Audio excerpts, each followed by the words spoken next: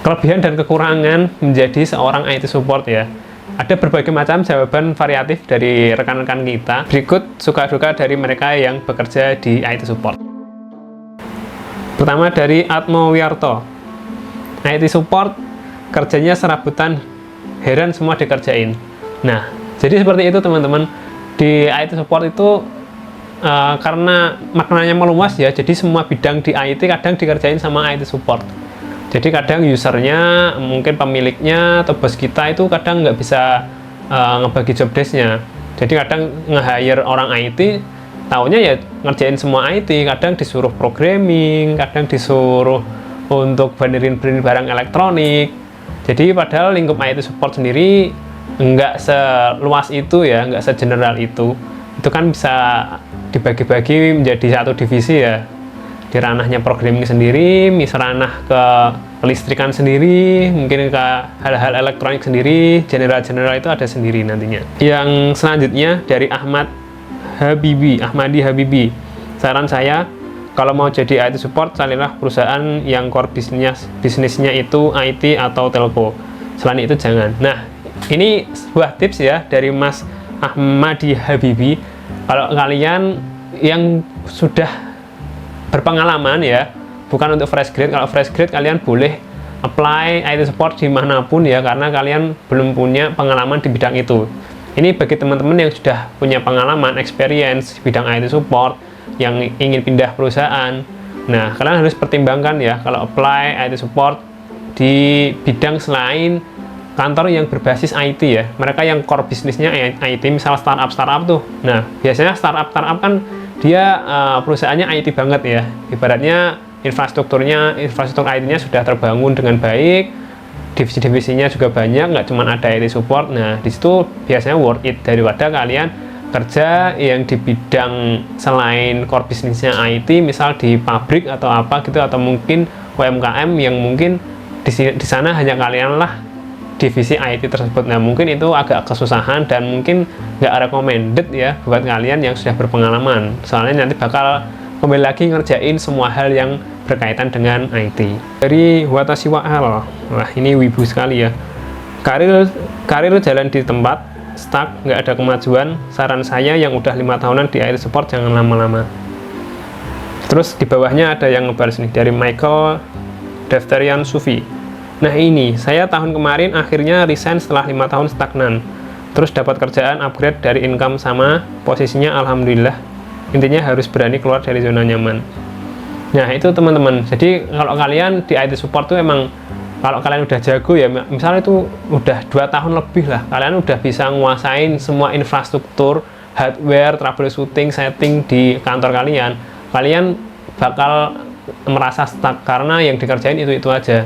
Jadi mungkin kalian bisa ngisi waktu luang kalian dengan hal-hal yang lebih bermanfaat. Mungkin kalian bisa belajar hal-hal lain ya, karena di IT support sendiri kerjaannya emang bakal itu aja, troubleshooting PC, setting PC, install aplikasi di laptop, troubleshooting jaringan, bersih-bersihin PC, udah itu aja. Jadi kalian harus bisa improvisasi sendiri. Mungkin kalian bisa menaikkan karir kalian ke level selanjutnya.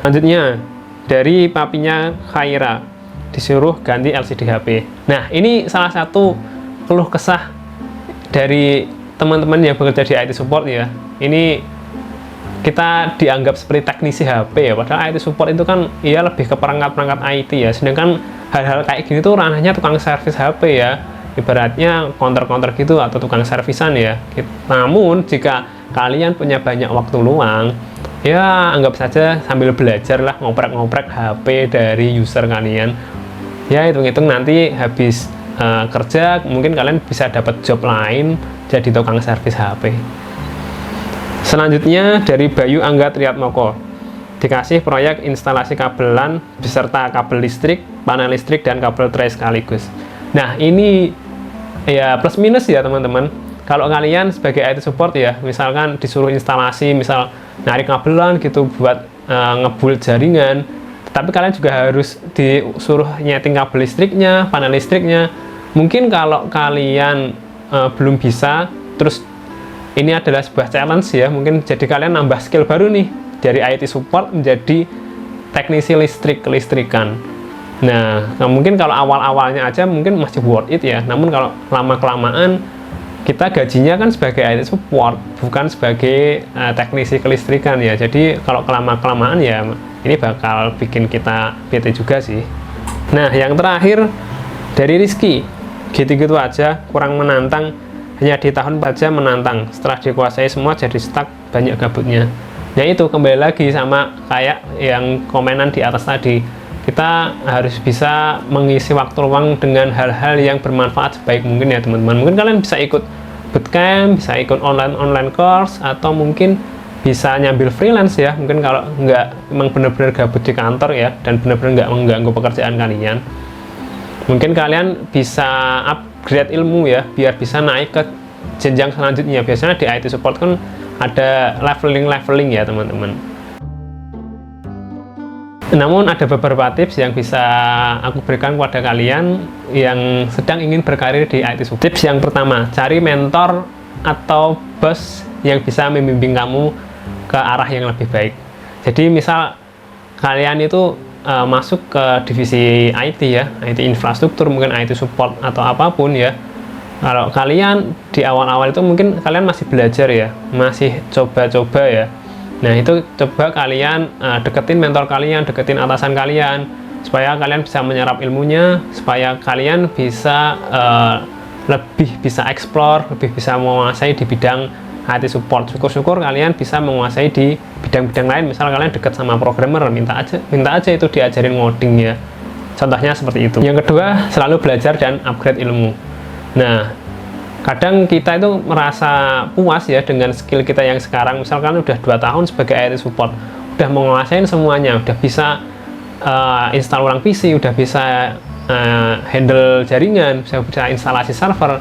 Nah, kalian harus tidak cukup puas dengan skill-skill itu ya, karena kalau kalian cuman mentok di situ-situ aja, karena akan mengalami kebosanan ya, karir kalian akan stuck di situ.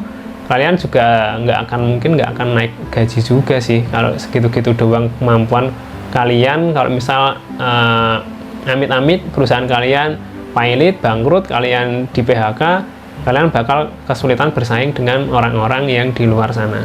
Yang terakhir, jangan ragu untuk mencari peluang karir di tempat lain jika kalian merasa stagnan. Jadi misalnya kalian udah stuck di IT support, nah kalian bisa shifting atau switch karir. Jadi kayak saya ini, saya sebelumnya di IT support karena merasa jenuh ya 3 tahun di IT support karena stuck di situ-situ aja, bisa udah nguasain semuanya, saya switch karir ke QA. Nah, kalian bisa memulainya dengan ikut-ikut bootcamp, atau kalian bisa belajar sendiri otodidak dari tutorial-tutorial YouTube, mencoba apply di bidang lain ya, di divisi lain. Mungkin di kantor kalian sendiri ada peluang untuk switch karir, mungkin kalian bisa memanfaatkan itu. Itulah beberapa keluh kesah menjadi seorang IT support. Mungkin kalian punya cerita kalian sendiri, bisa tolong share di kolom komen ya. Itu saja dari saya. Silahkan like, share, dan subscribe. Itu saja dari saya. Sekian, wassalamualaikum warahmatullahi wabarakatuh.